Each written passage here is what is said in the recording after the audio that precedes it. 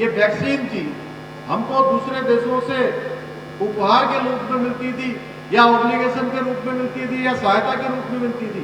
ये पहला अवसर है भाइयों बहनों कि देश के अंदर जब महामारी आई तो माननीय प्रधानमंत्री जी ने देश के वैज्ञानिकों के साथ मिलकर 1 साल के अंदर एक नहीं 2 स्वदेशी वैक्सीन बनाई और देश के अंदर 220 करोड़ डोज लगाने का काम इस वैक्सीन के माध्यम से हुआ। ये वैक्सीन लगाई गई और मैं समझता हूं बहुत सारे, अगर हम एक बड़े दुनिया के एक बड़े हिस्से को देखेंगे तो उसकी आबादी 1/4 होगी जो 220 करोड़ डोज यहाँ लगाई गई। इतना ही नहीं, ये डोज जहां भारत में लगाई गई, भारत के अलावा विदेशों में भी, विदेशों को भी, दुनिया के देशों को भी ये वैक्सीन भारत की सरकार के द्वारा उपलब्ध कराई गई। ये इस बात का परिचायक है कि जो हमारी संस्कृति कहती है, जो हमारे संस्कार कहते हैं कि अयम निजम परोवेति गणना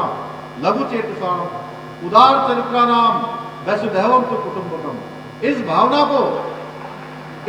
को साकार करते हुए मोदी जी की सरकार ने, हमारी केंद्र की सरकार ने दुनिया के देशों के बीच में भारतवर्ष के लिए, हमारे देश के लिए, देशवासियों के लिए एक श्रद्धा का भाव, एक विश्वास का भाव जगाने का काम किया है।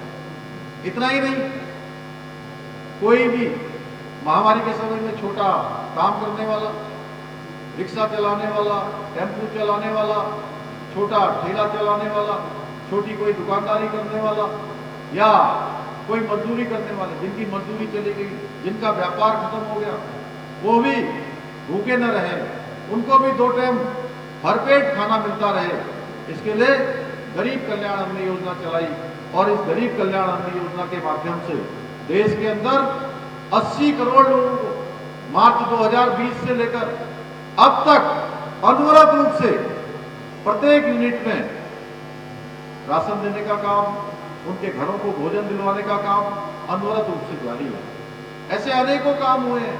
शौचालय, अगर हम मातृशक्ति की बात करें तो देश के अंदर इतनी बड़ी संख्या में 11 करोड़ से भी ज्यादा शौचालय बनाने का काम हुआ है। उज्ज्वला गैस के 10 करोड़ लोगों को गैस के कनेक्शन देने का काम हुआ है।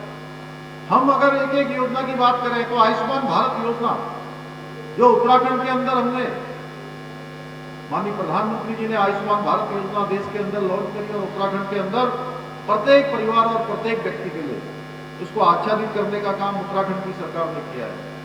और अभी तक 7 लाख से भी ज्यादा लोग उत्तराखंड के अंदर जब से ये योजना लागू हुई है तब से इस योजना का उन्होंने लाभ लिया है। भाइयों बहनों, क्या हम थोड़ा तुलनात्मक रूप से देखें, भारत को आजाद हुए हम 75 वर्ष हो गए, हमने अभी अभी आजादी का अमृत महोत्सव मनाया है। अब हम अमृत काल में प्रवेश कर गए और इससे पहले माननीय प्रधानमंत्री मोदी जी से पहले देश के अंदर अगर कोई बीमार हो जाता था, कोई गरीब व्यक्ति, उसको स्वास्थ्य सेवाओं की आवश्यकता पड़ जाती थी, तो आप सोचिए क्या स्थिति होती थी। उसको अपनी जमीन बेचनी पड़ती थी, अपने घर में रखे हुए जेवर गिरवी रखने पड़ते थे या उधार लेना पड़ता था, तब जाकर वो अपना इलाज करवा पाता था, अस्पताल में भर्ती हो जाए। वैसे तो कोई सामान्य व्यक्ति जिसके पास सारी सुविधाएं हैं वह भी अस्पताल जाता है तो उसको बड़ी परेशानी होती है, लेकिन जिसके पास साधन नहीं है, संसाधन नहीं है, जिसके पास इनकी व्यवस्थाएं नहीं है, उनको कितनी परेशानी होती थी। लेकिन देश के हमारे मोदी जी पहले प्रधानमंत्री हैं जिन्होंने हर एक व्यक्ति के लिए देश के अंदर 5 लाख रुपए की व्यवस्था करी है। 5 लाख रुपए की एक तरह से गारंटी दी है भाइयों बहनों। प्रधानमंत्री आवास योजना, ये योजना पहले किसी और नाम से चलती थी, शायद लोग भूल भी गए होंगे किस नाम से योजना चलती है, लेकिन आदरणीय प्रधानमंत्री जी ने प्रधानमंत्री आवास योजना ग्रामीण और शहरी क्षेत्र में चलाई।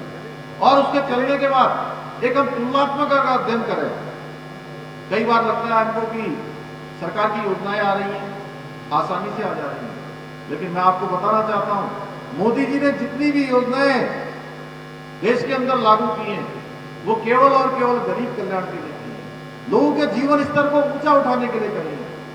जहां इन 9 सालों में 3.5 करोड़ से भी ज्यादा मकान बनाए गए हैं, और मकान भी ऐसे बनाए गए हैं जिसमें शौचालय भी है, छोटी बैठक भी है और साथ में रसोई घर भी है। पहले के मकान बनते थे, शौचालय कहीं बनाना पड़ता था, रसोई होती नहीं थी, बैठक होती नहीं थी, केवल एक प्रतीकात्मक रूप से मकान देने का काम हुआ। और वह भी अगर हम उसकी संख्या गिनाएं तो आपको लगेगा कि धरती कहाँ है, आसमान कहाँ है। कहाँ 8 लाख मकान देश की आजादी के कालखंड से लेकर जितने भी वर्ष हुए, यानी कि 75 वर्षों में से 9 वर्ष घटा दीजिए, यानी कि 66 वर्षों में केवल 8 लाख मकान और 9 वर्षों में 3.5 लाख से भी ज्यादा, 3.5 करोड़ से भी ज्यादा मकान। अंतर साफ दिखाई देता है। क्या अंतर है, किस प्रकार से काम हुआ है। उत्तराखंड के अंदर अगर हम देखेंगे तो अभी प्रधानमंत्री जी ने हमको वंदे भारत एक्सप्रेस की सौगात दी है और वंदे भारत एक्सप्रेस के चलने से उत्तराखंड से, देहरादून से, हरिद्वार से दिल्ली जाने वाले लोगों को या देश भर के जो लोग हमारे उत्तराखंड आएंगे, 4 धाम यात्रा में आएंगे, उन सबको आसानी होगी, उन सबको सहूलियत मिलने वाली है, सबकी यात्रा आसान होने वाली है, सबकी पहुंच आसानी से होने वाली है। इसके साथ साथ कुछ समय के बाद जब देहरादून से दिल्ली की एलिवेटेड रोड, जिसका काम तेज गति से चल रहा है, और 2024 आते आते जब ये रोड का काम पूरा हो जाएगा तो भाइयों बहनों, तब हमारा देहरादून से दिल्ली का सफर मात्र 2 घंटे का होगा, यानी कि 2 से 2.5 घंटे अधिकतम। तो आप खुद अंदाजा लगाइए कि किस तरीके से, किस तेजी से देश का विकास हुआ है। आज हम 4 धाम ऑल वेदर रोड है, हम देखें तो यहाँ से ऋषिकेश से बद्रीनाथ पहुंचते पता ही नहीं लगता कि कब पहुंच गए। ऋषिकेश से कर्णप्रयाग रेल लाइन का काम तेजी से चल रहा है और रेल का काम 125 किलोमीटर की रेल और 125 किलोमीटर की रेल में से 104 किलोमीटर केरल टनल पर बनाई जा रही है। आने वाले समय में ऋषिकेश हरिद्वार एक सांस्कृतिक केंद्र के, आध्यात्मिक केंद्र के रूप में विकसित होगा, एक बड़ा केंद्र बनेगा। टेहरी का जो लेक है उसके लिए भी 2200 करोड़ रुपए की धनराशि का एक टेहरी लेक डेवलपमेंट के टेहरी लेक डेवलपमेंट को विकसित किया जाएगा। ऐसे अनेकों कार्य, टनकपुर से बागेश्वर रेल लाइन चलाई जाएगी। हमारा ऋषिकेश का एम्स अभी हजारों लोगों को ओपीडी देने का काम कर रहा है। आने वाले समय में ऐसा ही एम्स कुमाऊं क्षेत्र के लिए इच्छा में खोले जाने का भी जो है प्रावधान हो गया है, उसकी भी स्वीकृति प्रदान हो गई है, उसकी भी धनराशि जारी हो गई है। पर्वत जिस प्रकार से केदारखंड में आज चाहे केदारनाथ जी का पुनर्निर्माण हो या केदारनाथ जी में रोपवे लगाने का काम हो या बद्रीनाथ जी का मास्टर प्लान हो, उस पर तेजी से काम हो रहा है। या हेमकुंड साहब जाने के लिए जो यात्रा अत्यधिक कठिन होती थी, हेमकुंड साहब की जो यात्रा है वो कई दिन, 3 दिन 4 दिन लगते थे।